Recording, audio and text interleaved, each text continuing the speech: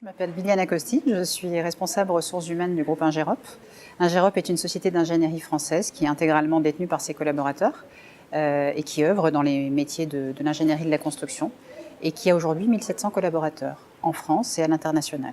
De manière générale, Ingerop a une politique formation très développée depuis plusieurs années. On consacre 4% de notre masse salariale à la formation. Et dans la formation, bien entendu, les partenariats avec les écoles et les CFA. L'apprentissage et évidemment les contrats de professionnalisation ont une place importante pour nous, tant sur la formation initiale que sur la formation continue, parce que c'est un moyen d'attirer les jeunes vers nos métiers, de leur faire vivre en général leur première expérience professionnelle et puis de les former au métier de l'ingénierie. Chez Ingerop, l'apprentissage, c'est environ 50 apprentis par an qui sont répartis sur l'ensemble de nos agences, c'est-à-dire 25 agences en France.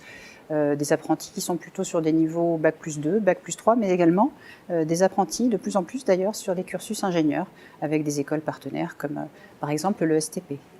L'apprentissage est un enjeu important pour les entreprises et pour Ingerop, en l'occurrence, parce que c'est un moyen d'attirer les jeunes et de leur apprendre les métiers de l'ingénierie, en tout cas de leur faire découvrir une première expérience professionnelle.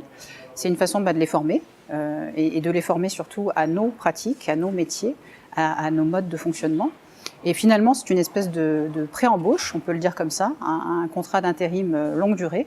Et pour eux, c'est surtout l'opportunité de découvrir le monde de l'entreprise et de prendre le temps d'apprendre leur futur métier avec l'accompagnement de tuteurs internes qui sont des référents, qui sont nommés, qui sont formés pour ça et qui les suivent tout au long de l'apprentissage. Pour recruter nos apprentis, en général, on a des partenariats avec un certain nombre d'écoles et on passe par ces écoles ou par ces CFA pour une raison assez simple, c'est qu'ils connaissent bien nos métiers, ils connaissent les profils de salariés, de collaborateurs qu'on recherche et donc c'est un peu plus facile pour nous de nouer des partenariats dans la durée et donc c'est ce qu'on fait en général pour recruter nos apprentis. Ça se passe également via des forums emploi dans des grandes écoles ou dans des CFA dédiés. Ça se passe non seulement en région parisienne, mais également en région, puisque nos collègues de région ont une forte action sur l'apprentissage et sur tous les métiers du Bac+2 au Bac+5.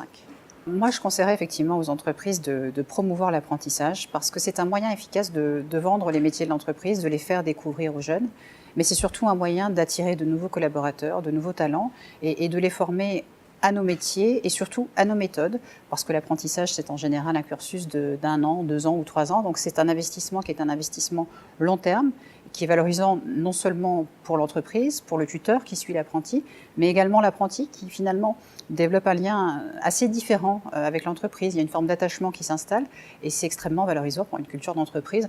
En tout cas, c'est de cette façon-là qu'on le voit chez Ingerop. Rendez-vous sur www.concepteurdavenir.fr.